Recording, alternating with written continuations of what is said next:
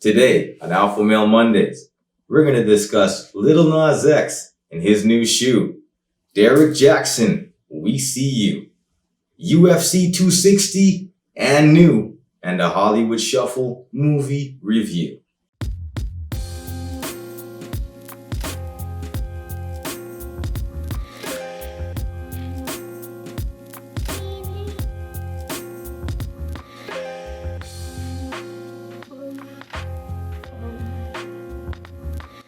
Peace, power, and positive vibes. Yours truly here once again, AlphaMail Mondays. And to fear none, your host. Culture Rich in the background. Say what's up, Culture Rich. Yes, big up. What's poppin'? Everything good? Yeah, man, everything's good. How's it going? You know it is. Always good. Now, we're going to get right into it. So, first things first, UFC 260. Now, this card was a nice card. So, number one, Tyron Woodley, bro, you're done, bro. And you were my guy for a while, but bro, like, you know what's going to happen now. You're probably going to get cut. You lost there. You had some good moments, but I don't know what's going on with you, bro. I don't know if you lost your focus. I don't know. I'm not sure. But you're still my guy. You're still one of the greatest welterweight champions. And I think it's time to, maybe, yeah. So, Francis the Predator Ngannou. Man with the hardest punch on planet Earth. They say that his punch is like getting hit by a small car, bro. So Stipe, you get a lot of props. You get a lot of props, Stipe, because you took a couple. But when you took that one, my friend, it was lights out. And so you took the one, you weathered it okay, but that next one pushed your chin all the way into your chest, and that was about it for you. And now, John Jones, he has a task ahead of him. So does Francis Ngannou. Now, I know that John Jones is going to play the money game because he should. He damn well should. You see, John Jones is a better fighter than everybody else in the UFC. Period. All around, he is the best fighter. Maybe one of the best fighters we've ever seen. And so, for him to not be getting the props that he should be getting, for him to be constantly being put under the microscope, when people like, for example, Canelo Alvarez, who they also call in boxing, they call him Clenello because of clenbuterol, and they all changed the legal amounts to allow certain steroid usage over here. Yeah, that's what I see your face. Like over here in UFC, USADA is very heavy, and who knows, but I really highly doubt that John Jones is a steroid user. Outside of the normal programs that all of the UFC fighters are dealing with, I don't really see him trying to get performance-enhancing drugs to amplify his skill set. His skill set is a skill set that we haven't really seen since the likes of Anderson Silva. There's a new guy as well named Israel Adesanya, new to UFC, and I would say he's right there with John Jones as, to say, the best fighter. But now, if either one of them get touched in their face by Francis Ngannou, bye-bye, go to sleep. It doesn't matter who gets touched in their face by Francis Ngannou. You're going to bed. So I think that he is rightfully the UFC heavyweight champion. The guy is built like a superhero. 6'4", I think he was like 250 pounds, bro. Pure muscle. Not even like, you can't even see fat on this guy. Like, you probably see the muscle fibers. There was one guy that I know that was like that back in high school. Big up Troy DeSantos, the Sandman, DJ Sandman, on the Instagram platform. But back to UFC 260. Sugar Shane O'Malley. You did a good job there, bro. Now, I had my doubts. And you have your Tekashi 6'9" haircut. So I'm really not a fan of that.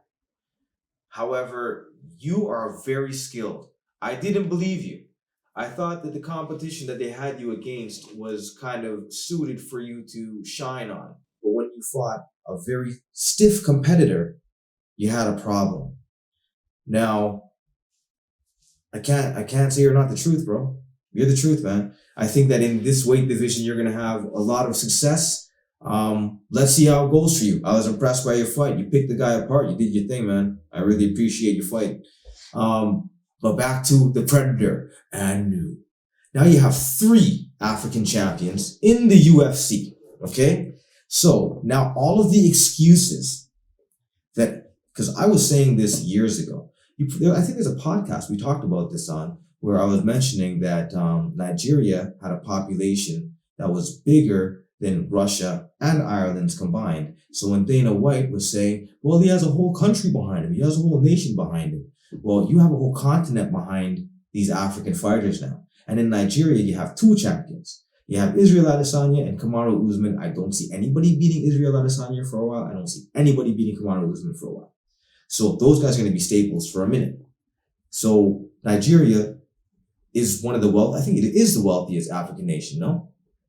And I would also say that their technological advancements or their aptitude or their access to technology, all of those things included, is high level. So you can have a lot of people watching UFC. A lot. Now, do you think that's going to be something that what's that guy's name? Dana White? Mm-hmm. You think that White? You think that's going to be something that he's going to want to do or likely to happen? What's the excuse now? Well, he'll find one. What's the excuse now? He'll find one. Okay. So this is what I will say. It was inevitable, my friend. It was inevitable. In all combat sports, you see that the cream always rises to the top, but the cream seems to be a different color. And see, now, that has always been a problem in combat sports. Back in the day, I believe, up to the day of Jack Johnson, they weren't even letting black guys fight the white champions. Do you know that? Yeah. They weren't even letting them fight them. It's like, nope, you can fight those guys with champions. No. And then as soon as that happened, and I'm not trying to say like, oh, black people are better, but look, when it comes to fighting and when it comes to physiques and whatnot, the evidence is, precedes my rhetoric on it. So you can look at it and you allow these specimens that are highly talented, their coordination, the hand-eye coordination, the rhythm levels. Like, come on, the drums, that's in the nature. So, right? so 3 African champions. So the 3 major weight classes are all African guys? The champions? Like a heavyweight, a middle? No, because see, John Jones vacated. If John Jones stayed at light heavyweight, okay. It would have been Francis Ngannou, John Jones, Israel Adesanya, Kamaru Usman. 4 black guys. It would have been 4, but John Jones vacated. So now you have Jan Blachowicz, who's a very good fighter himself, but I don't see him lasting too long. So Jones is gonna fight the Blachowicz guy. Nah, Jones is up in heavyweight now. He has to fight Ngannou. Shit. As I said, they have a hard task ahead of them. Shit. John Jones and that's gonna be a big fight. Yeah. I'll watch that one. That should be the biggest fight in MMA. Okay. He might beat John Jones. That guy looks like a monster, man. If he touched John Jones in his head, John Jones go to sleep. Oh, sure. John Jones will wrestle him out though. Because John Jones is a wrestler. Stipe is a serious wrestler. I know, but John Jones is the best wrestler. Yes, but Stipe is... Okay, if Stipe and John Jones had to wrestle when John Jones was 205 pounds, I think that John Jones might have a problem with Stipe's strength because he's just bigger. And Stipe is a firefighter, man. How's Ngannou's wrestling? It wasn't good before.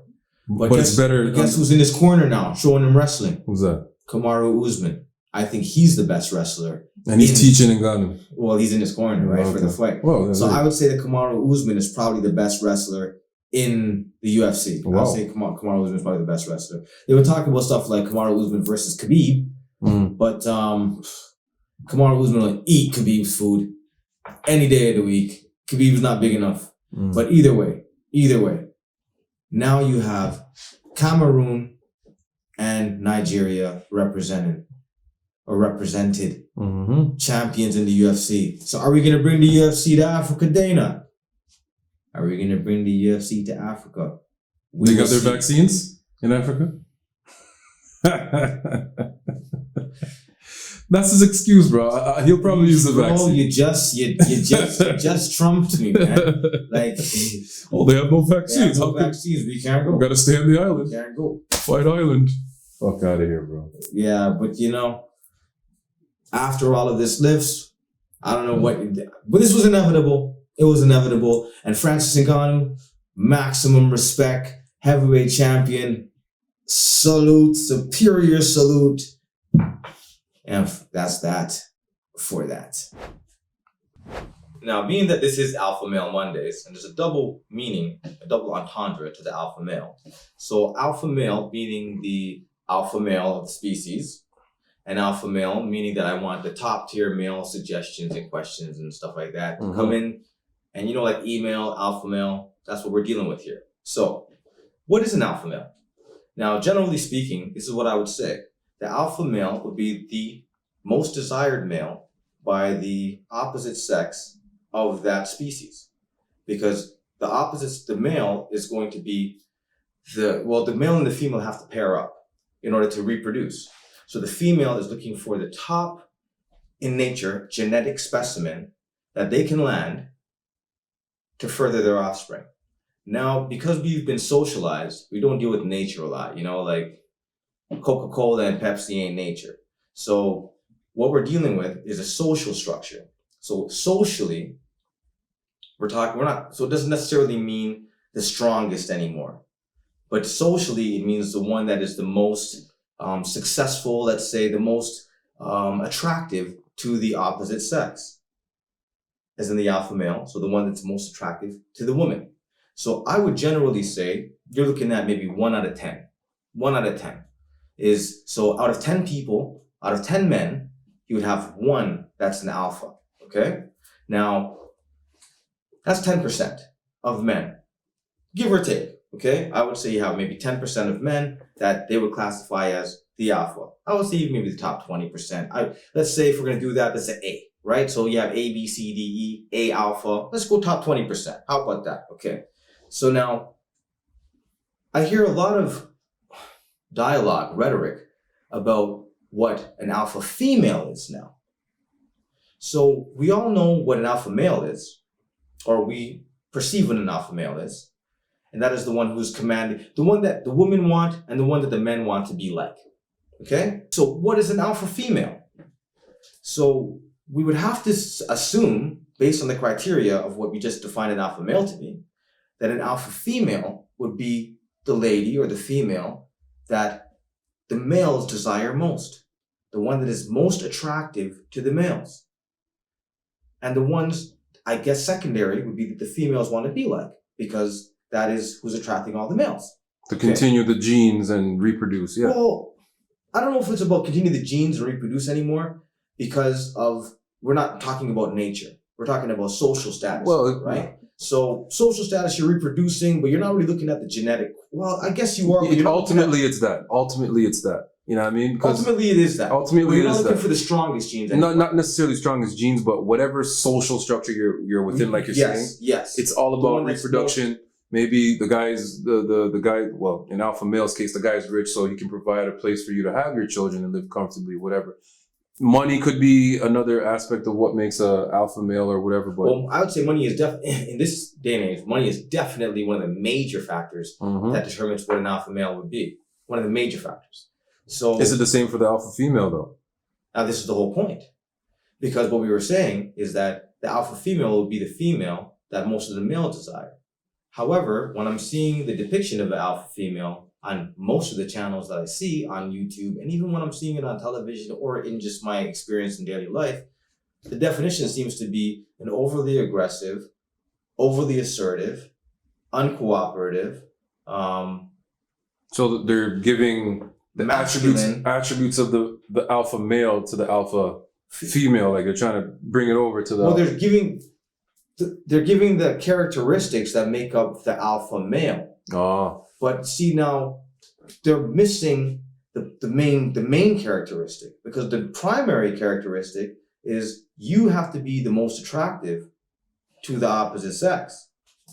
And I'm telling you that the top guys, all the guys are not attracted to overly aggressive, hyperactive.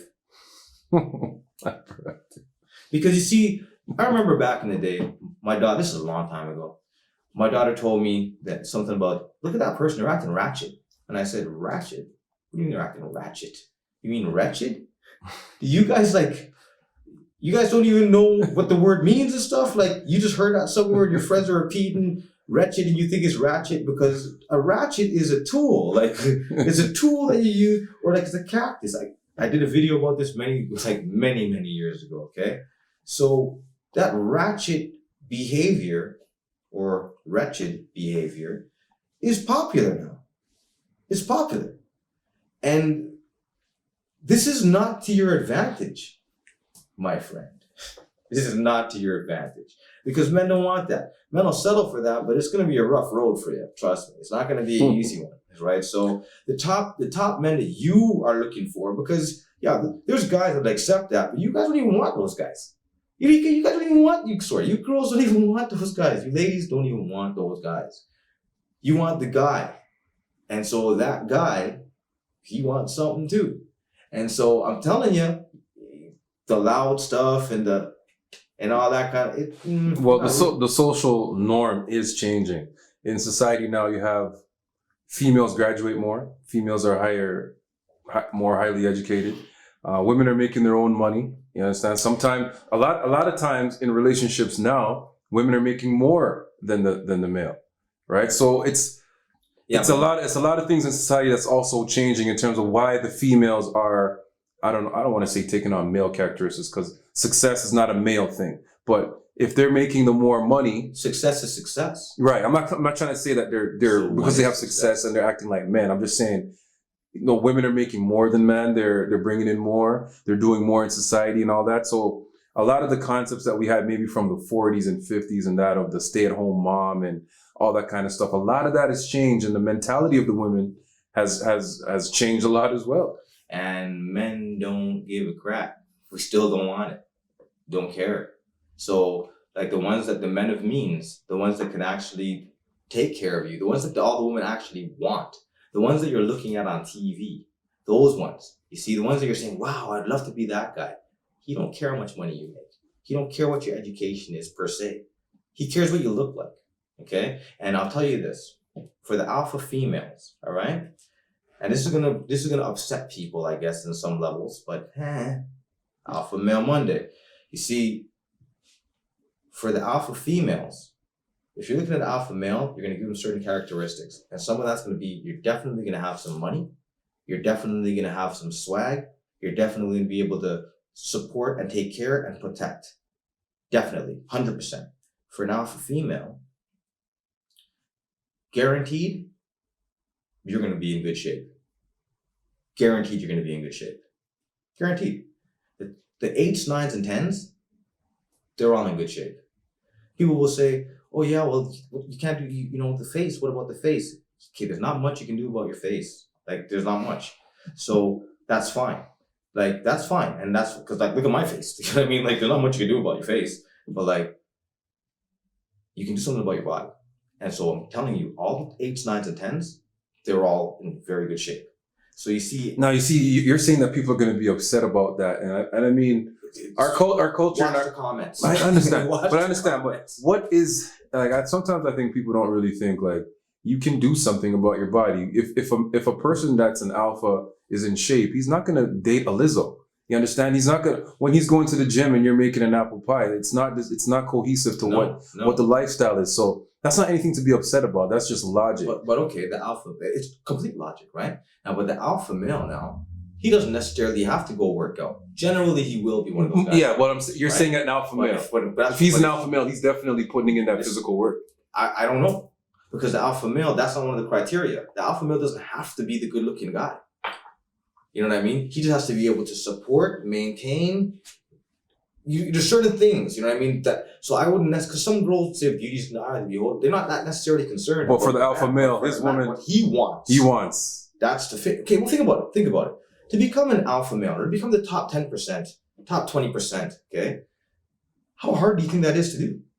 Of men. That's mad hard, man. You have to work hard. We're talking about 13, 15, 16 hours a day. You're traveling on road. You're always in your head. Plus, you have to have your car. You have to have your crib. You have to have time. You have to have swag. And you have to be working and putting it down every single day. Probably till you're like 40, 45 years old. Now, how hard is it to be an alpha female? Work out for an hour and eat right? Work out for an hour and eat right every day. Well, and be born with good genetics. Work out for an hour and eat right every day. I think that's much easier than breaking your back for 14, 15 hours. All right, so let me ask you this. I'm not going to say, okay. Let me ask you I'm this. telling you, they're not going to like this, but whatever. Let me ask you this now. So okay, so are you saying that the successful women, the women of... What is success measured by? All right, but I'm saying that the women that you would say are successfully, monetarily, money-wise, right? Yeah. That are successful career women. Right. What are they supposed to do? Are they supposed to go settle for just a pretty man, or where's their alpha? What do they want?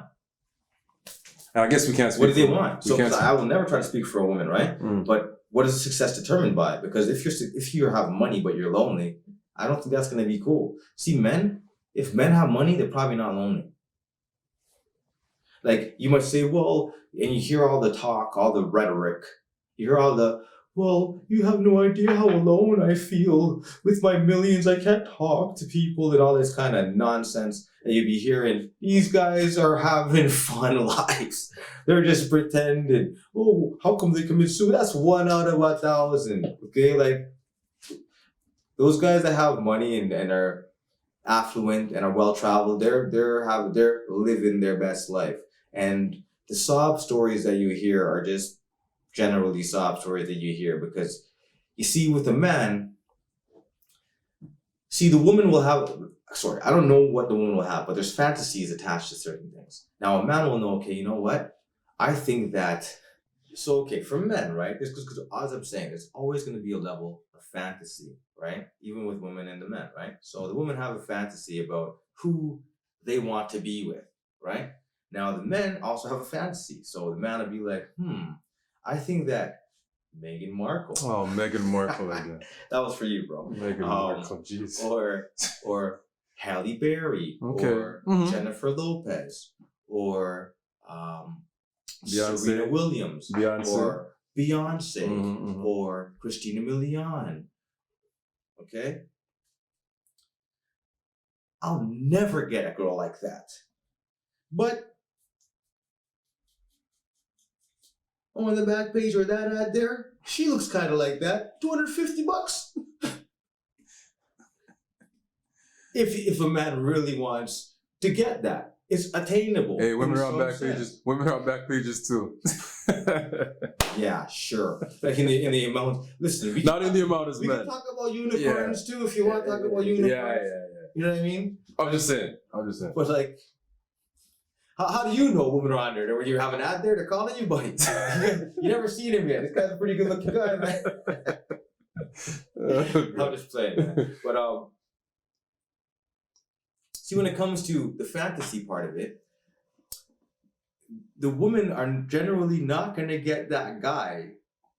I agree, man. To pay I know what for you're their saying. Lifestyle. I know what you're saying. You know what I mean? And you're never going to taste that. You'll never taste it. I'm telling you. But the man, he can taste it. Yeah, because he's got money. He's got money. He has money. So even if he can't get the one, if he don't look good, he can pay for it and he can pay for it regular. There's people that pay for prostitutes. I see television shows and stuff. They pay it's like a month. What they call sugar daddies? Yeah. Sugar daddies, man. And they're paying monthly just to be able to be with the thing 3 times a week or whatever it is. And they know it's not love or nothing like that, but hey, whatever. And men don't really care that much like that. The important part of what we're actually talking about is how this change and how these concepts apply to the family, right? Because it affects the family, and it is affecting the family a lot in terms of the mentality of men, the mentality of the women, and when they get together, you know what I mean? How much it's affecting the family? To the point where there is no families. Yeah. That's how much it's affecting the family. That dynamic. Okay? And so this is why This is why when we're getting into the next subject, which is a direct tie-in, ladies and gentlemen, okay, ladies and gentlemen,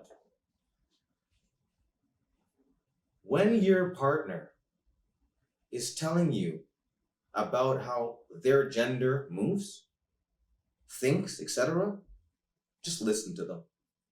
Just listen to them, okay? Because I'm telling you, or let's say the people that are around you, make sure that you're listening to the people that are around you that really care, okay? Because oftentimes we're trying to tell you how we think, men and women. We're trying to tell each other. We're trying to communicate it because like that's the only way that we can build a bridge. Try to be happy, man. So it's about the happiness, right? So for me to be, it's 100% about the happiness. So for us to be happy, there has to be some type of a level of understanding of where we are. But now, it seems that the trust level between the two is minimal.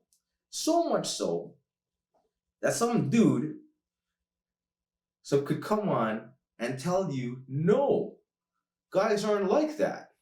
Guys are like this. And tell you everything that you want to believe that guys are like, but never saw. And even though all of the guys that are around you are saying, nah, that guy is full of shit, you're saying, no, you're full of shit. You're trash. Okay? And you know what we're talking about right now, right? Of course, I know you got to. Right? So, do we want to say his name or leave him alone? No, well, that for the alpha male, alpha female, then we'll get into that. Okay. But I think what we just spoke about, I mean, not all the opinions that we express, they're our own, and we're always going to give you what we feel and the truth between, you know, two guys talking alpha male. But a lot of it is important, man, in terms of, like you're saying, understanding each other. And we grew up in a society, and, you know, society is different all over the world, but where we're at and a lot of what we consume here, it's a lot going on and changing, and it's destroying a lot of the fabric of what is important to Black families, you know what I mean? So as much as you might not agree with some of the stuff we might say, it is important to understand. So, and key is that it's really affecting Black families. Yeah, for sure, okay? man. Because you see the other nations, they have infrastructure set up already. So they have the same problems, but better infrastructure. Perfect. So they're not falling. Perfect. Well said. Well said, bro. Right. So they have. Well friggin' said that. Superior state. No, that was a superior statement, man. So you see, like, they have cushioning. Yeah. We don't have any cushioning. Yeah. So when it happens to us, we're getting torn apart, and people are preying on the remains. That's it. Okay. So this is why, you know, sometimes you're gonna guaranteed you're not gonna agree with what I'm saying sometimes. And that's fine.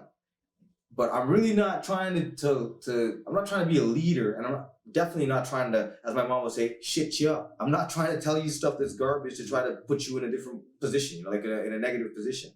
So I guess we'll have to say that's that for that. And we're going to have some juicy topic right now. Derrick Jaxn, my friend. Hot one. This is a hot one. Okay, now this is a hot topic. I'll tell you straight up. When I first heard the name Derrick Jaxn, because it was spelled Jaxn. Oh, is that how he spells his name? Yeah. I like that. I thought it was a girl. Okay. I swear I thought it was a girl. Okay. And for some reason, I attributed like Bo Derek, so I guess Derrick Jaxn. So, it was some kind of an association that I made, right? And so that's how he spells his name, man. Derrick Jaxn, right? So the reason why I thought you were a girl, my friend, is because I never saw you. And all I saw was some quotes, and then your name beside the quote. Yeah, Derrick is an ambiguous name, Jaxn. Yeah. And I'm seeing your words. Yeah. And I'm seeing girls retweeting it. And I'm like, wait, which girl is talking this garbage? That's what I'm thinking to myself. Which girl is talking this garbage? So I thought it was a girl. Now, I wasn't really familiar with him, to be honest. Like, I would see him on my timeline or whatever. That's what I mean. And he's always sitting in his car and talking. I never really watched him, so I didn't know. But then when this whole thing came out, then I'm getting more familiar with his whole story. See, he wasn't appearing on my timeline. Yeah. It would just be like quotes that, you know, like just daily quotes going through your timeline. But it would always be women posting it. And so me, I'm just like, so what's a bit of the backstory for people that don't? So me, I'm like, what's who's this girl talking about? Who's leading you girls this way? That's what I was thinking, right? Oh boy, that's what I'm thinking. Then now I started seeing, because I watched some podcasts, I started seeing some things about Derrick Jaxn and about Derrick Jaxn's relationship advice. Still thought it was a female. Okay? Then now I see something about he's cheating. Oh, so you didn't realize it was a dude till recently? He's cheating. Who? Oh shoot, this is a dude. Yeah. And I went, yeah, right. And all I did was laugh. I just laughed. You know why I laughed? Because, okay, when I looked at the dude, I said, you're a good-looking dude. He's a good-looking guy. You're well-built. Yeah. Seems like you have some money. And you're telling girls everything that they want to hear. The lamest game on planet Earth. Okay? That's the lame game. So if you're trying to game, that's the lame game, in my opinion. All right? So when I'm seeing all of these women falling for it, hook, line, and sinker, okay? And then now it comes out that he's the guy that you call the trash guy. The guy that he's talking about. That's him. Why do you think he knows so much about him? It was a biography. The whole thing. The whole time. So now the thing is, oh, well, he's a this and he's a that. Or they're not wrong. He is a this and a that, but they never thought it was him he was talking about. But okay, that's not the issue. True. Okay. So the issue is what? Well, his wife, she's being no, that's not the issue. Well, look at her bonnet. No, not the issue. Well, the ones he cheated on looked up. No, not the issue. The issue is this. Why were you ladies so inclined to believe the bullshit? Even though all the people, the men that you know in your life are telling you, nah, did not go so. And the other ones who are not telling you that, they're trying to game you. And you caught their game and said, it's just lyrics. And you're just giving me stories and lyrics. But you didn't believe that Derrick Jaxn was just giving you stories and lyrics. It's hilarious. So I understand that he played to your emotions. He played to your hopes and dreams and your faith, and he looks good, or what you guys would consider good. And when I look at the dude, I think he looks like a good-looking dude.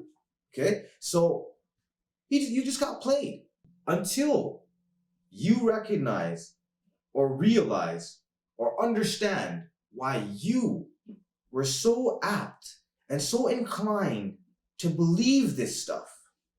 Until you really understand why that took you so easily, even though the reality is saying something completely different, okay? Until you take accountability for yourself and why you were able to be got, you'll be got again, okay? And the next guy is gonna come and do it again. How many times have you seen the same thing?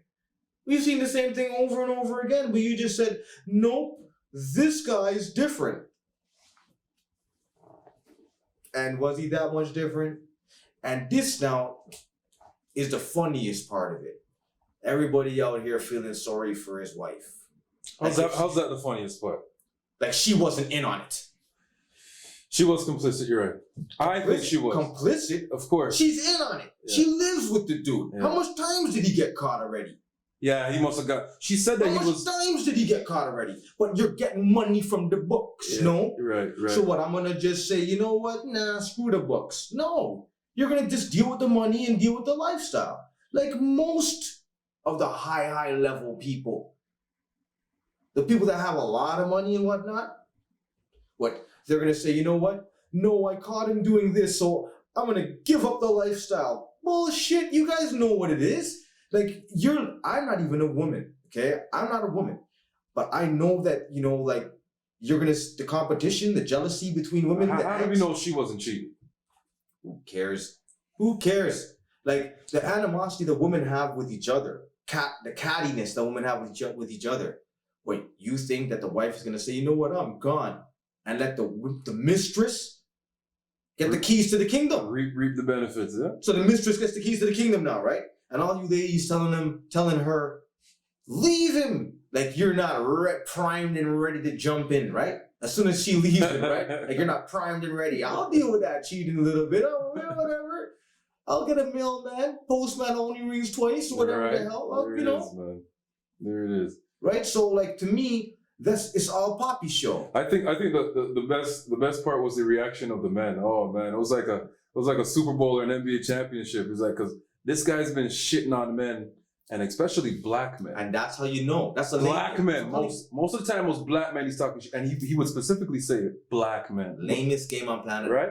So a lot of guys are like, hey, see, look at this guy now talking shit about us, spilling all the game and everything, and now look at him. He be telling your woman something. Your woman's coming to you telling you, hey, but what about this? You say, nah, that's bullshit. And she's telling you, no, you're bullshit. You need to get more like that guy. Yeah? And what now? Where are we now? Okay? So this is why, to me, there's certain understandings that we have to kind of deal with. And while I would no way ever say that all men cheat and all. I'm not going to ever say that. No, because it's not true. But you see, the ones that are on the top tier, like their access is heavy. So Hugh Hefner, how come nobody had a problem with Hugh Hefner? There's certain individuals that the people that say, yeah, well, you know, that's just a lifestyle. Well, guess what? These guys are the top. Okay, for example, Quavo and what's her name? Sweetie. Sweetie? Yeah. Okay. Now, to be quite frank with you, I think that whole play is a huge joke to me, because I'm seeing a lot of women are coming out and say how he's a big time simp and whatever. And to me, I'm like, no, he's not. He's not a simp at all. Because why is she upset? Because he has outside women, right?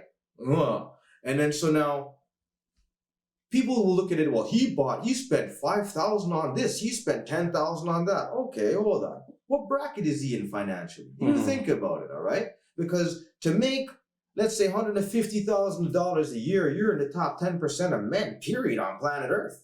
This guy's making $150,000 in a week. Okay? Sometimes he does that in a show. All right? So the bracket that he's at is nothing to him.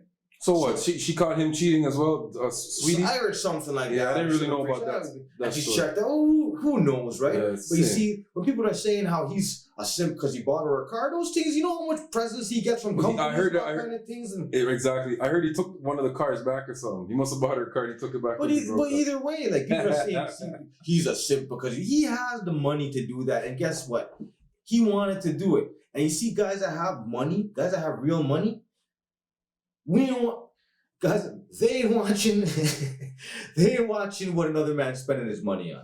They're not saying, oh, so what? You girls buy a purse for $500. Oh, Birkin. Okay, Birkin. no, that's what, $5,000? No, I don't know. There must be in the range. So the $500 bag, and you make friggin' what? $40,000 a year, and you spend $500 on a bag, and then this person makes $4 million a year, and you're talking about their $5,000 bag. Different thing. Well, yo, what you're saying with Sweetie and Quavo ties absolutely into what we're talking about in the AlphaMail. Of course. I mean, she has a little bit of status, but when he got with her, she wasn't really as established of an artist, and I think her stock kind of grew with being with Quavo. You know how those industry relationships work. But beautiful girl, you know, right? She's.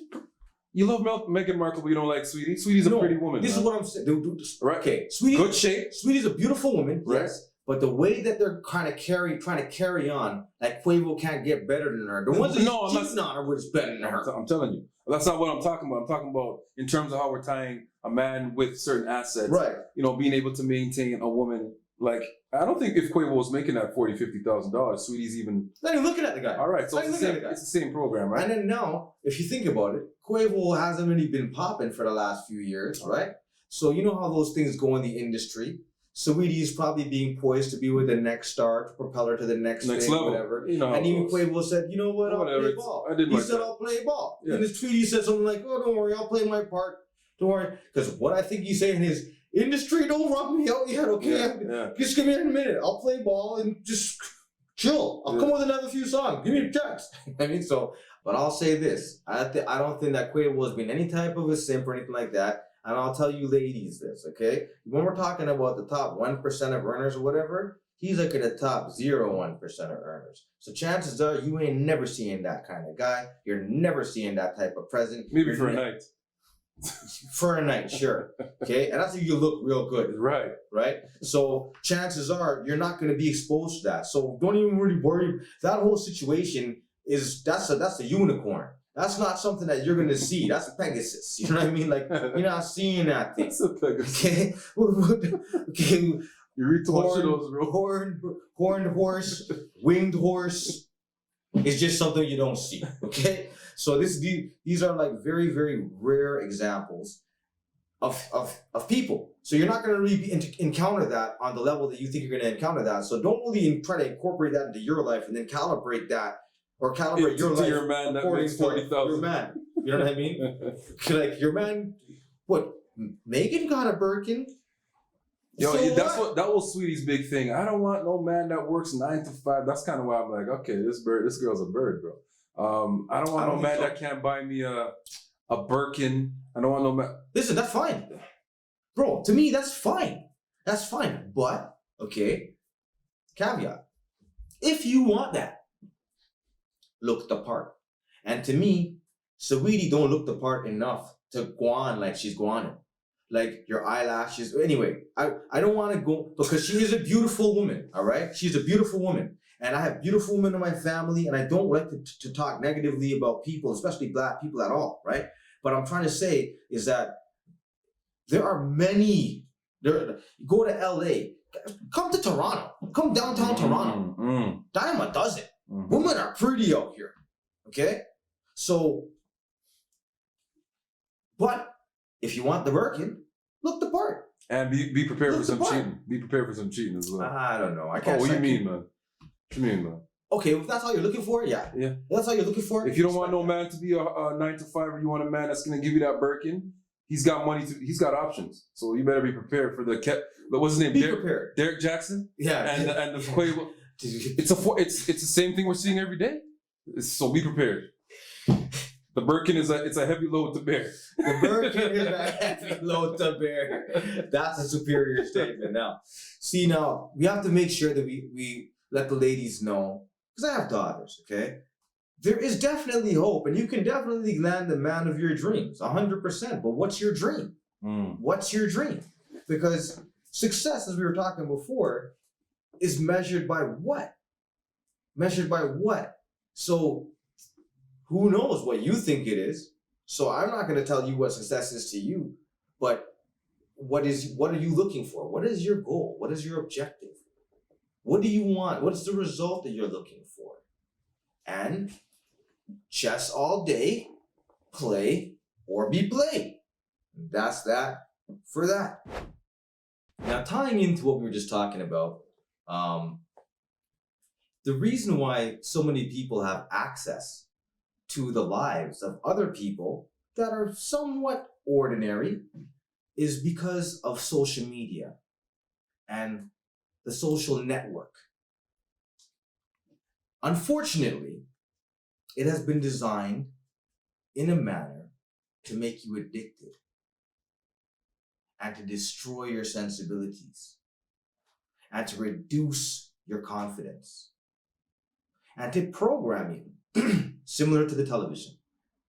You thought it was something for you. You thought that it was something that I'm just going to put my face up here and I'm going to meet old friends. It was much bigger than that. Okay? It's too late now. It's too late. It's too late because now. all of our children are involved and we can't do nothing about it because, well, relatively speaking, because it's out there now. You let the cat out of the bag, you can't put it back in. Pandora's box has been opened. It's been open, man. Now, I remember... Well, hold on before you continue.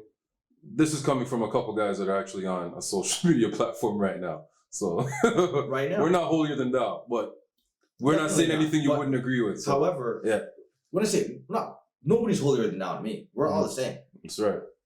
But saying that, we are on this platform, but we know what we're on. We have an understanding of what this is and how this manipulates things. Not everybody has that understanding. True. So with this, I had noticed that there's a lot of subtle programming that was going on a while back. And I didn't want my children to interact with social media early because I noticed that I had become addicted. Because remember when there was like MSN? Yeah. MSN Messenger or something like that? Mm-hmm. What do you mean? Okay. Yeah, man. So I'll be on MSN Messenger and I'll be talking on MSN Messenger and then the day just passed. And it's like, I have stuff to do. And the day just passed. Them time it was on your desktop too. It wasn't. You couldn't take it on your phone. I don't put none of that stuff on my phone. Yeah. Facebook Messenger, all that kind of none of that's on my phone. I mean, back in the day for MSN, you were at a There desktop. was no, you didn't even have a cell phone. Yeah, right. So you would be sitting there for the whole day. There for the whole day. It's worse. So yeah, for real. Yeah, it's worse now, boy. Because even though you're moving around, you're still in the device. Okay, and what that has done has reduced people's confidence, attention span to levels that I don't think we've ever seen. Right now, teen suicide is up by 30%. Yeah. What product on the market is doing this shit? Would you think would be authorized to be kept on the market that increased teen suicide by 30%? There's no way, dude. Like, okay, so that plant over there, now you have the plant in your house, and 30% more youths are offing themselves. They're eating the plant and dying, asphyxiation. And you're going to keep the plant on the shelf. So it's obvious they don't care about your kids. They don't care about you. And social media has now destroyed the social fabric. People don't even talk to each other anymore. People will be sitting right beside each other and take a picture of the thing that's right in front of them and start showing each other the picture of the thing that's right in front of them to each other instead of looking at the thing that's right in front of them together. So be very careful. We are aware of the device and platform that we are on. And I just wanted to give a little quick note on that because we are aware that this device, this platform. And that's why we're on it, man. We're on it to, if you're going to have, buy black. Remember what you said last about Kurt Franklin? If you're gonna buy the bullshit, buy. So we're trying to put something on here that is, we're talking some shit sometime, but we're trying to feed some benefit into your social platform and your daily scrolling or whatever. And let me add something to that. There was a talk recently about, because a lot of guys are getting deplatformed. A lot of guys. Like Rizza Islam got deplatformed. My brother Ben X seems like he might be getting deplatformed soon. Farrakhan got deplatformed. There's a lot of guys getting deplatformed. Okay, Alex Jones was one of the first ones. And you see, when the truth is going against the community standards, which community's standard is it going against? So know where you are. Know where you are. People are saying that, okay, we're going to get a developer to make an app for black people or people of like minds to go and network on. What happened to the one that the Donald Trump guys were on? What was the name of that one? Oh, yeah, man. They shut. What are they server. You still can't get through. Your server was the server. Amazon server took them out because they were inciting ways for people to to leave and talk other talk. What was it called again? I can't remember. I can't remember what it was called. I don't want to say the name wrong. You probably figure it out. I'll put it up. I'll put it up. Yeah. Right. But you see now, how did that happen? Because you're still part of the same mainframe. You're still using the same operating system. If you want to do that, you got to get a whole new computer system and a whole new thing that's not connected to their thing if you want to do that. But really, why are you trying to do that? They're telling you, we don't want to hear you, bro. That's what they're telling you. So maybe it's time to go back to the basics and start connecting with people in real time. Maybe it's time for that. Maybe it's time to say, you know what, you don't want me on Facebook? Okay. So if you don't want Black Voices on Facebook or you don't want the truth on Facebook, why don't everybody come off of Facebook then? And see, okay, for example, they don't want the Black voice on Facebook, right? Or the black consciousness on Facebook. Okay. So if that's the case, and all black people and all black consciousness and all black voice come off of Facebook. See if Facebook still pops. It ain't gonna pop no more. So I'm saying this to say that I don't think the solution right now is to try to build an app. I remember back in the day, my mom would say, "Oh God, boy, I need to get some groceries, you know. Oh God, boy, I need a ride. I need a ride." And then the doorbell would ring, and one of my mom's friends is there saying, "Hey, Kathy, I don't know if you need anything. You need a ride anyway?" And it's like, girl, there was no phone. There didn't because things were more connected.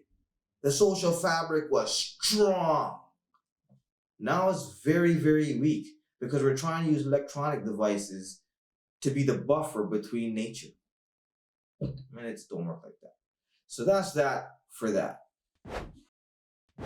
Top 5. Top 5. So today we're going to do top 5 movies. Top 5 movies, our favorite Now, movies. I would have to say our favorite movies, and a lot of the times we do this spur of the moment, so there might be an addition later on. Who knows? But for now, I don't even know the order yet. And So you're not going specific order. I'm not going as I got order. specific order.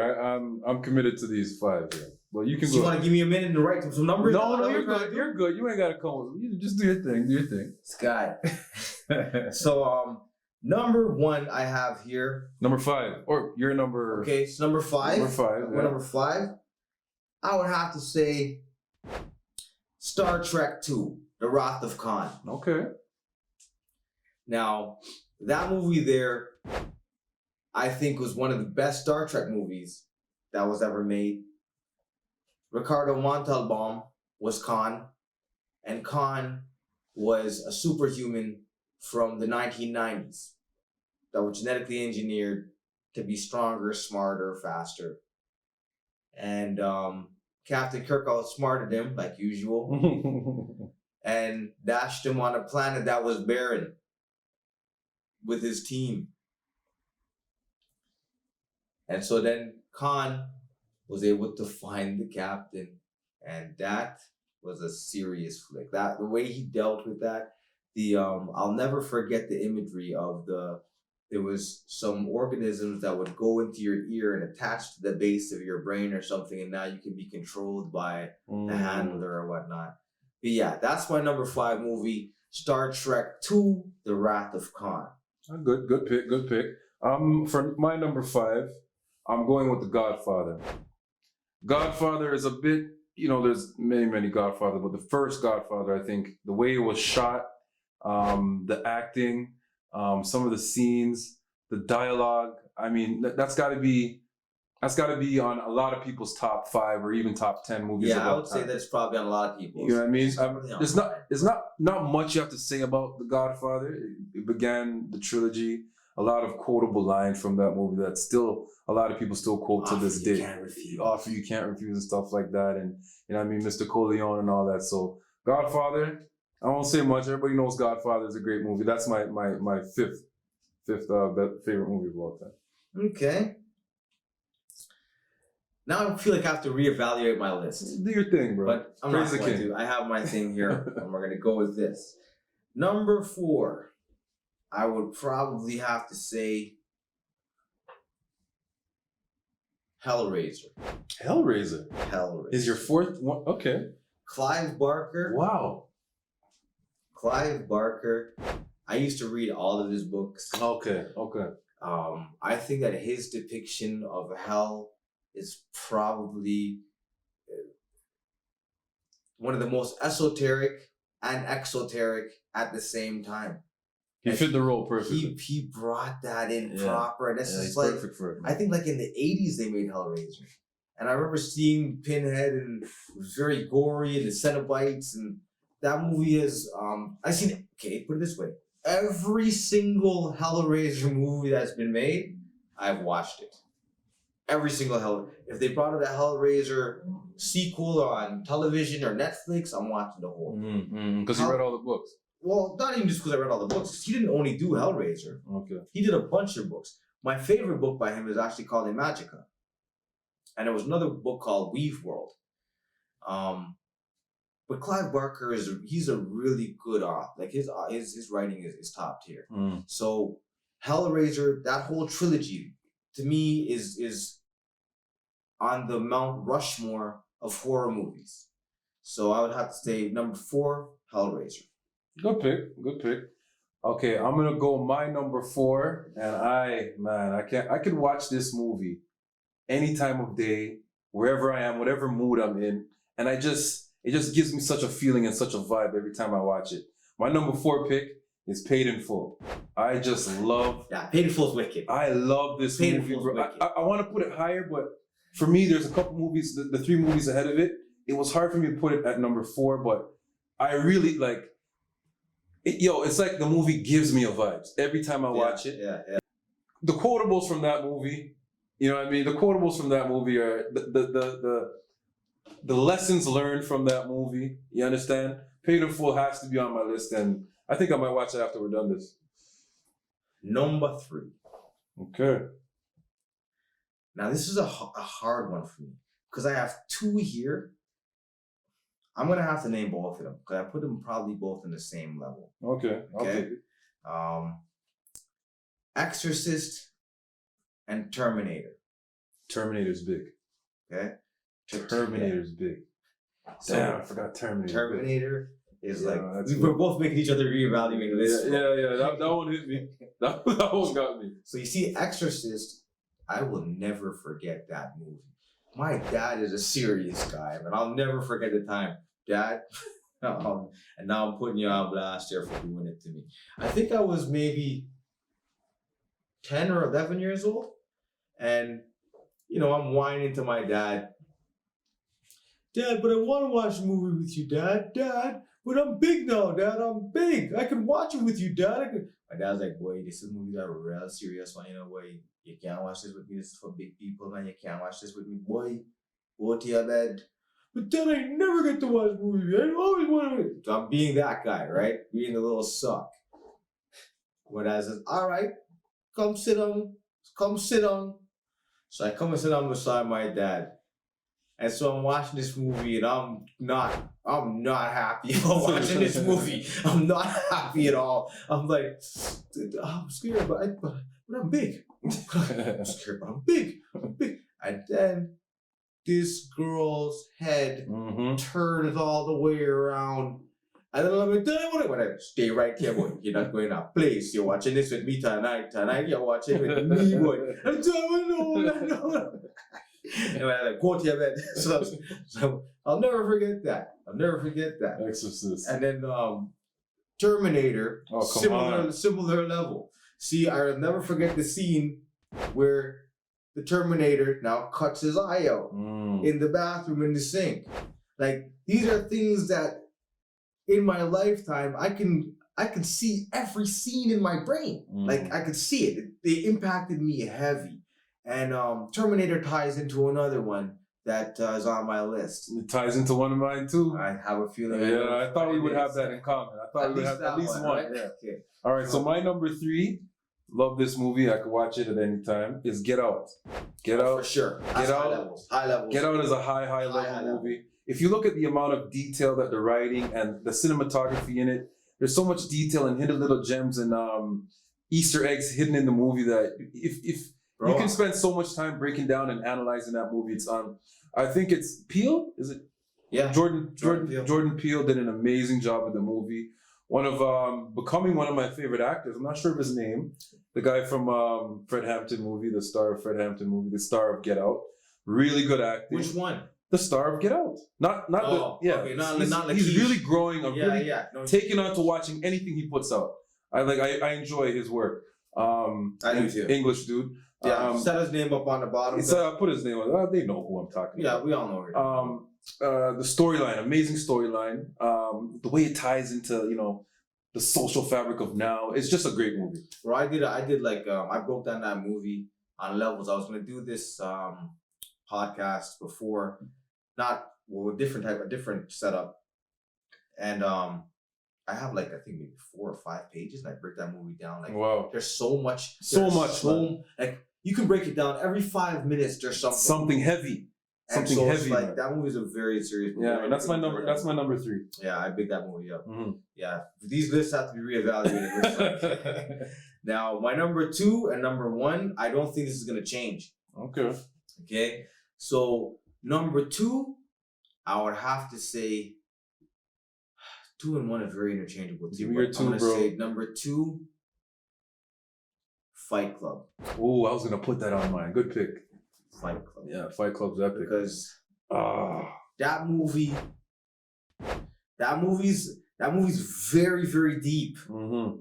That movie's like an enlightening, like you're seeing your dark side, you're dealing with your demons, and you're bringing it out to real life, and the analogies and the way they set it up and the detail. Greatest plot twist, yo, of all time. I had never thought about that. Greatest plot twist of all time in movies. That's what I call that movie. When I was in the theater. Oh, you saw that in the theater? Yeah, bro. I first saw that at home. And when I saw that in the theater, bro, because at that time I was really into Brad Pitt movies. Yeah. I think he was in an interview with the Vampire or something like that. Yeah. And then there was a few other movies. I was like, you know, this guy's a good actor. Mm-hmm. So when I seen that in the theater, I remember sitting down, and when that happened in the hotel room, like, what the hell's happening here?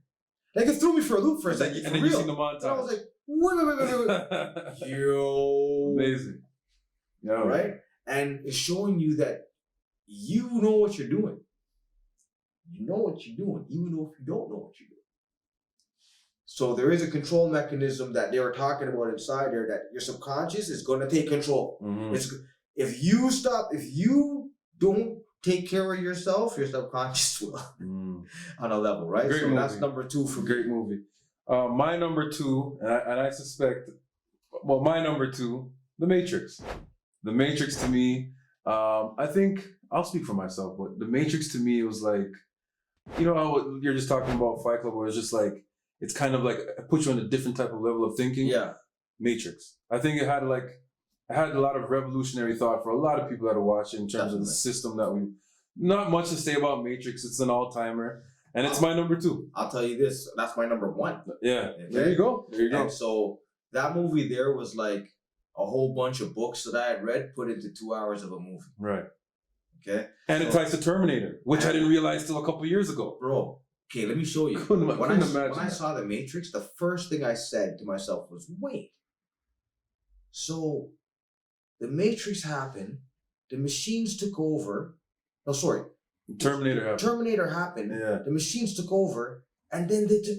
Wait, so this is the Terminator and the Matrix, and in my mind, that's what I was like. So this is what would have happened if Terminator after Terminator. That would be okay. Well, you're a Terminator guy. I never pieced it together like that. Well, you love Terminator. Right? Yeah. And then after that, now years later, I found out a black lady, Sophia Stewart, wrote The Third Eye, which is the Terminator. The whole thing. The Matrix. It's the whole thing. Yeah. Okay. Yeah, man. So that's when I was like, oh shoot.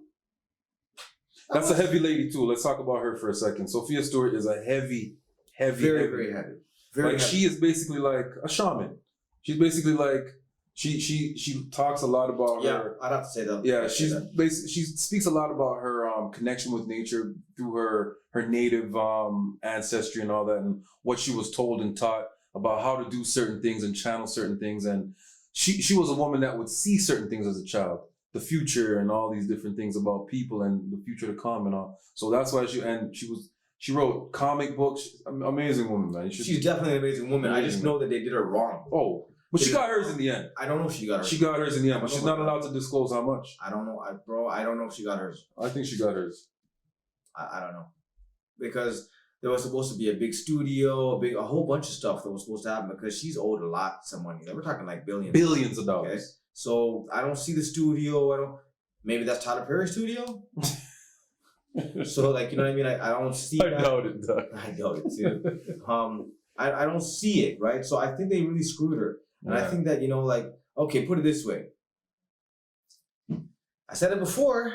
Okay, it's going to cost this much to shut somebody up, or this much to call John Wick.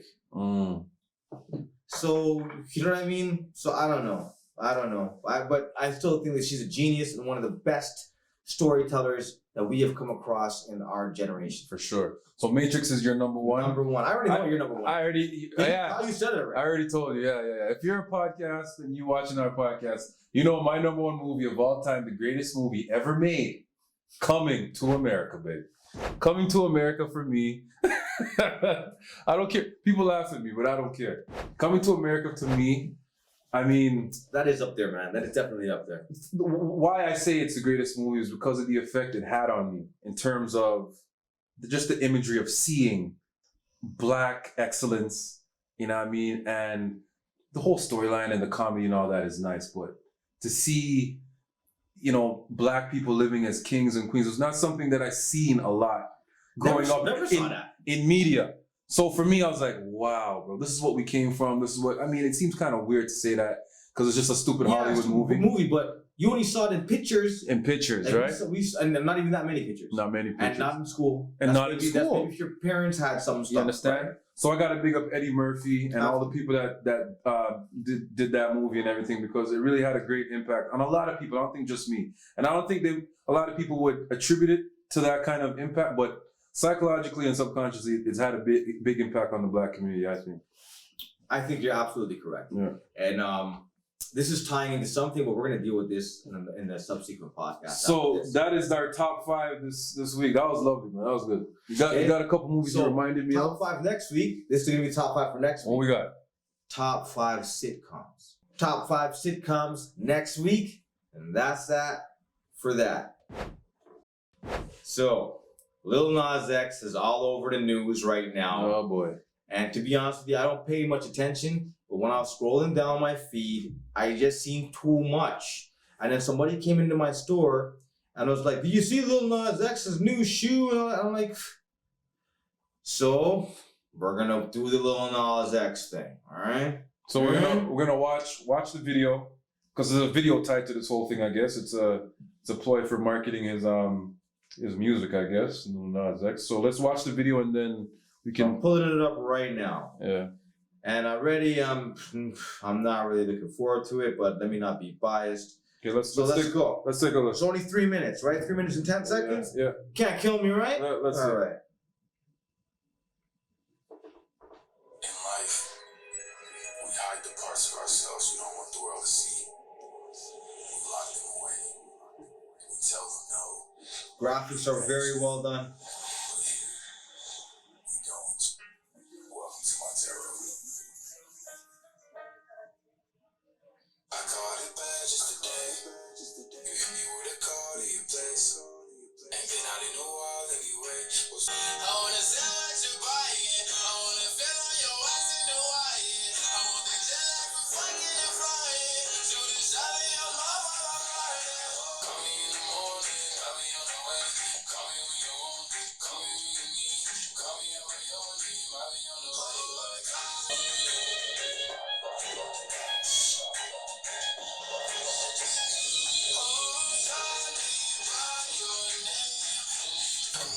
I'm only watching this, bro.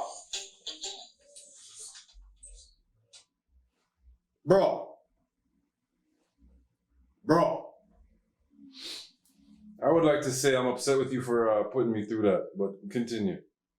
What kind of bullshit is this, bro? Okay. Oi! This is a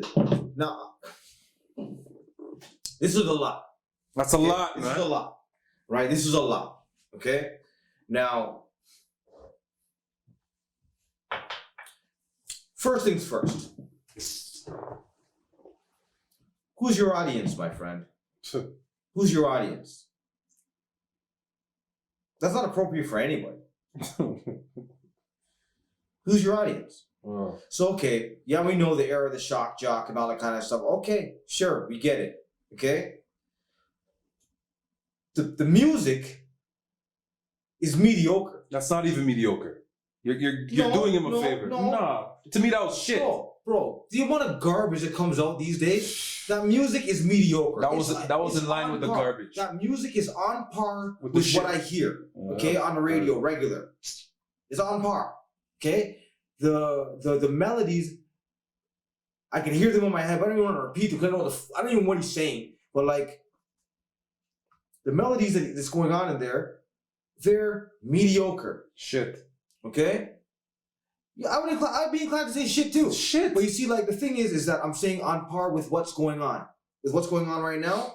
Okay? Because let's not try to front here, okay?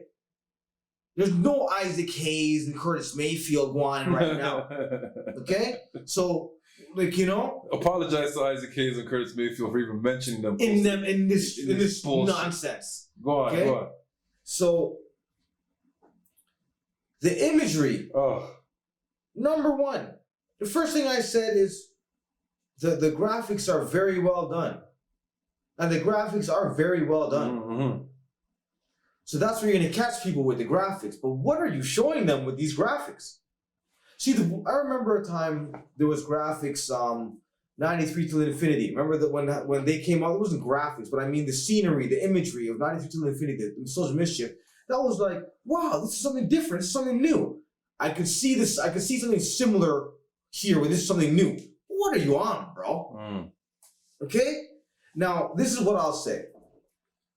I'm hearing people talk about, oh, he's on some Satan flex and he's on some whatever, and okay.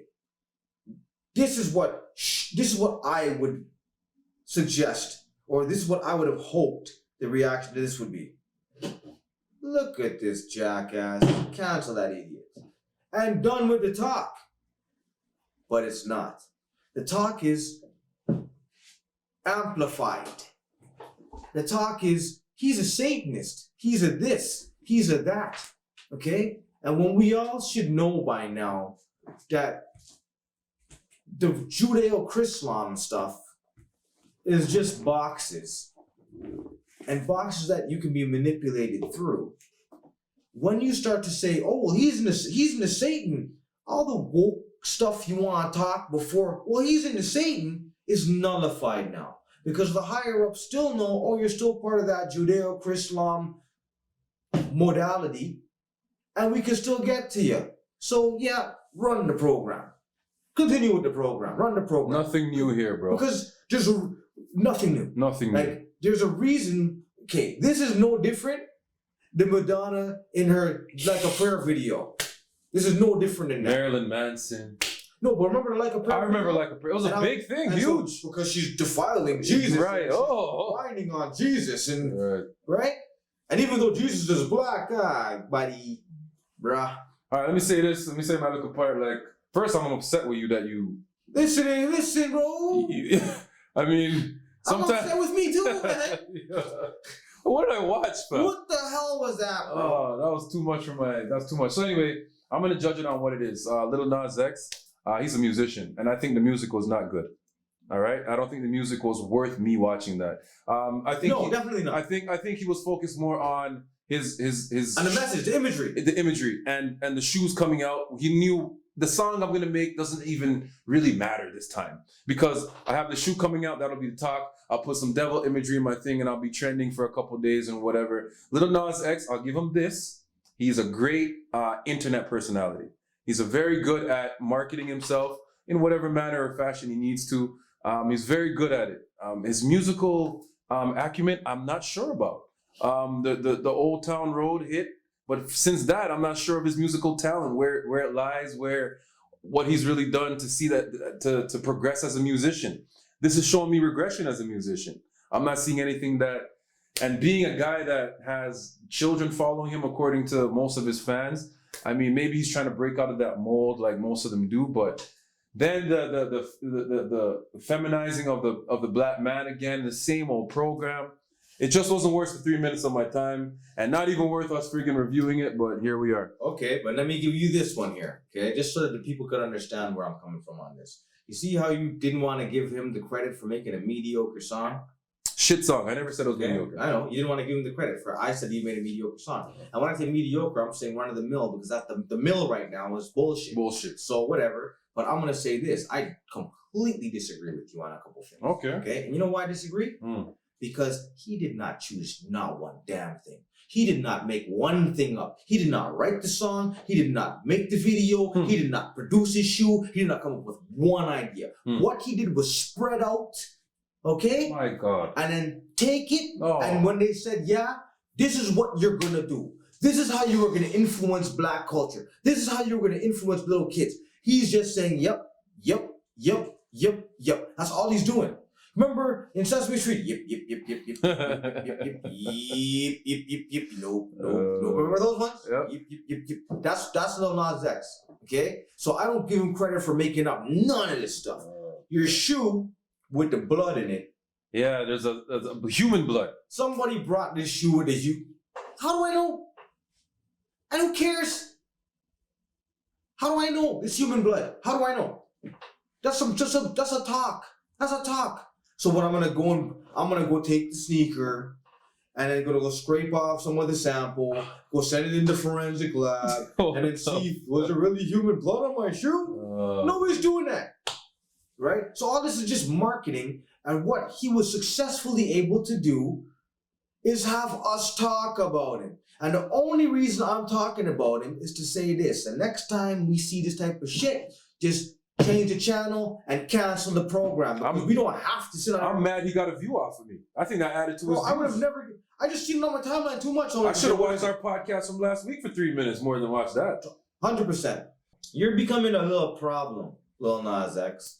I seen you, and remember, I don't like talking negatively about black people. I don't. But bro, what are you dealing with? I seen you in some ad talking about you got bored and bought some boots. Yeah, I seen that. Right? Yeah. So okay. So it's clear you didn't buy some boots because we've seen you in this new video, right?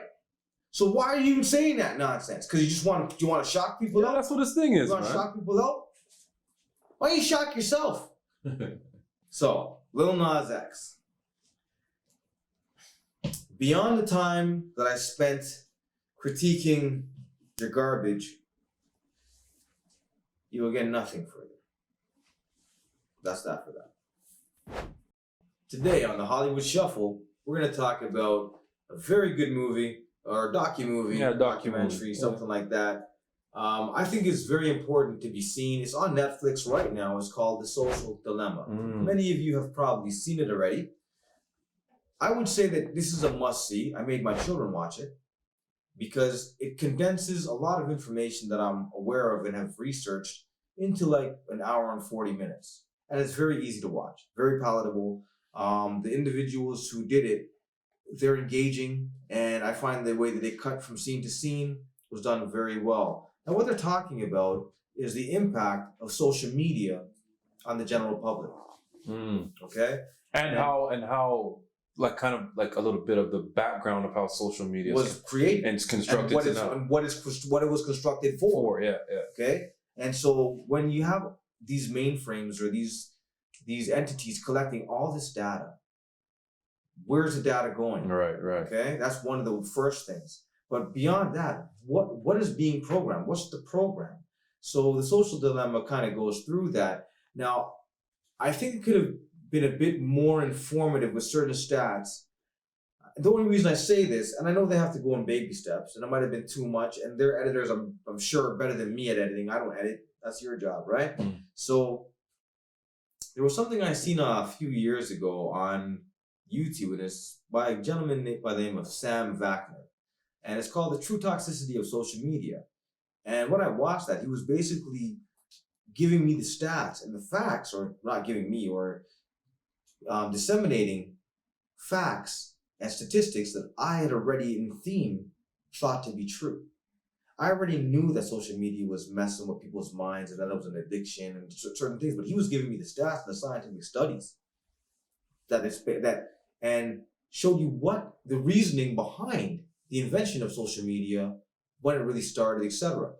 So I was kind of in the know when it comes to the specifics when I watched The Social Dilemma. It didn't really give me any new information, but it did condense a lot of information. It was well done. I like the way it was very well done. Because they put a little storyline toward it, and you know, sometimes you're watching it, not necessarily me, but sometimes you're watching a documentary, and you know what I mean, because it's more informational, not really entertainment. They put a little bit of a That's storyline right, with it. of course. That's why you're talking about it's palatable and Exactly. It's well done. You know what that is for? That's the Zeitgeist. Remember Zeitgeist? Oh, I remember that. Yeah, So yeah, Zeitgeist for 9/11 and that stuff, yeah, and Illuminati was done in a similar fashion, where it's very palatable, very like So this would be that for social media. For social media, yeah. Right? And I think it's very important to watch if you haven't seen it already, because it'll at least give you a glimpse as to what you're working with here and to what the program really is. So I can't remember the authors or the directors and producers. We'll put that information at the bottom. I'm not putting them up. You know why I'm not putting them up? Because they're on Netflix. Yeah, but let me tell you the thing that I find with a lot of so a lot of the people in the movie either have worked for, help construct, or are part of constructing this whole mainframe. Exactly. Okay, so pre this now. So these people are the ones that gave us this problem. These people are the ones that knew the negative aspects of this, but they were getting paid, so they were with it. So the one thing that I think a lot of people that even looking at this Lil Nas X thing and this Luciferian agenda, Luciferians have a law and a rule that they follow. And the rule is they always give you the game before they implement it on you. Right. Yeah, I mean, so these people that were a part of this documentary and these people that are trying to tell you, I was a part of it, we didn't know the impact we were having. They're just giving you exactly what their agenda is. It's the same thing we see in different parts of Hollywood and all these different things that we see. So I'm not bigging up these producers. Fair enough, because to be honest with you, I did find it to be, it seemed kind of like they were selling something. It seemed like they were trying to sell something. So, but still, that said, the information contained is very useful. Oh, for sure. And so I would still suggest that you watch it, because you're probably not going to see that sort of information pushed out in regular channels. They keep that stuff to themselves. So anyway, social dilemma. A little bit of a dilemma here, because we don't even know if we want to say yay or nay. But yeah, what are we giving that one? It's tough. I have to give it to Mighty Oaks, man. Yeah, out of 10? Out of 10, what are you giving it? 2 Mighty Oaks? Wow, 2 Mighty Oaks. So out of 10, it gets 7.5. I think it was well done, like we said, as a piece of entertainment. For the information based in it, I'm gonna have to give it a lot of respect. I'm not bigging up the people that made it with their bullshit agenda, so I'm gonna give it a 7 as well. One of the rules that they have in it, or one of the guys says he does, is that he takes his kid's phone at a certain time of the day, each day, and they're known that each child knows they have to give away all their devices back to him at like 8 o'clock. And I've actually started that in my household as well, so I got to big them up for that. So yeah, I'll go 7. The rules and stuff that they were talking about, the plans that they have to thwart the system that they set up. All right. It's like I have a couple of things that I try to do. You try to do some cell phone purges or some social media fasts and whatnot. You try to stay away for a little bit of time. And generally speaking, if you're busy, if you have a life to live and you are busy, you're taking breaks from social media anyway, because you can't just be on there all the time because you're busy, right? So I don't know what method you want to use or what methodology you want to use or employ to try to help your children navigate this realm of social media, but I guarantee you that watching something like The Social Dilemma will help you understand the beast that you're dealing with. For sure. So that's that for that. So now what we like to do on a regular basis is big up a couple channels or big up a couple authors or people that we hold in esteem, and try to give them a little bit more notoriety, even though they probably have a lot more than me. But I still want to give them credit, and I want to make sure that they know that I acknowledge them, and that AlphaMail Mondays, we see you. So you want to go first? You want me to go first? Yeah, you go. So the guy that I would like to big up is Mediocre Tutorials and Reviews. Okay. I think that this guy, you would think by the appearance and by the flex and how he starts off that he might not be the most eloquent character, but this guy is sharp, man. I think his speaking is top notch. He's very good. His oration technique and the way that he's able to get his message across clearly and succinctly, I have to big him up. And he's tackling a lot of issues that people don't want to address until very recently. Things that people would put into the red pill category. And so those who don't know what the red pill is, sure you think I'm a red pillar anyway, so whatever. But I big him up. Mediocre tutorials and reviews, superior salute. Now who's the guys that you want to big up? All right, yeah, I want to big up a channel. I've recently been put on it maybe a couple weeks ago. I've taken on a lot of change in my diet, let's say. So a channel I found has really helped me with that. The channel is called Ty's Conscious Kitchen. You ever heard of it? Ty's Conscious Okay, Kitchen. you know Ty's Conscious Kitchen, eh? Looks delicious And tastes delicious. Okay, yo, this guy has all the recipes on his channel. Every single recipe on his channel is Dr. Sebi based. Like all. Well, it's all from his ingredient list. Ingredient list. Yeah. Right? So he doesn't mess around with anything that's not alkaline. if it's not on Dr. Sebi's list, he won't make any, and he'll make like I've tried some of the wild fried rice and stuff like that, but stuff like when you change your diet, you get used to like egg, and so he has like a the veggie omelet is amazing. Veggie omelet. He's got sausage links. He's got pizza. So all kinds of burgers and stuff like that, right? Meatloaf, cheese, Yeah, all kind of stuff, right? So, but it's all vegan. all vegan, And it's all alkaline. Alkaline. All because alkaline. just because it's vegan doesn't mean it's healthy. Yeah, But what this guy's dealing with is all healthy stuff, and even when he's frying this stuff up, it's grapeseed oil. it's grapeseed oil or I've tried a lot of stuff on his recipe over Yeah, the years. man. I've been, as you know, I haven't eaten meat and stuff like that for a very long time. So you kind of gotta get creative, and because like if you were to take a pan to the store, you see the Dr. Sebi's food list is on my wall. So kind of it just ended up kind of gravitating towards Ty's Conscious Kitchen, and I find his recipes are very easy to use, quick to make, tasty, and you can get the family involved. Yeah, You can get the family involved, right? Because it's kind of fun, Yeah. So big up Ty's Conscious Kitchen. big up, I'm on superior that. Yeah, man. salute. I'm on that. So thank you to Ty, man. Thank you to Ty, definitely.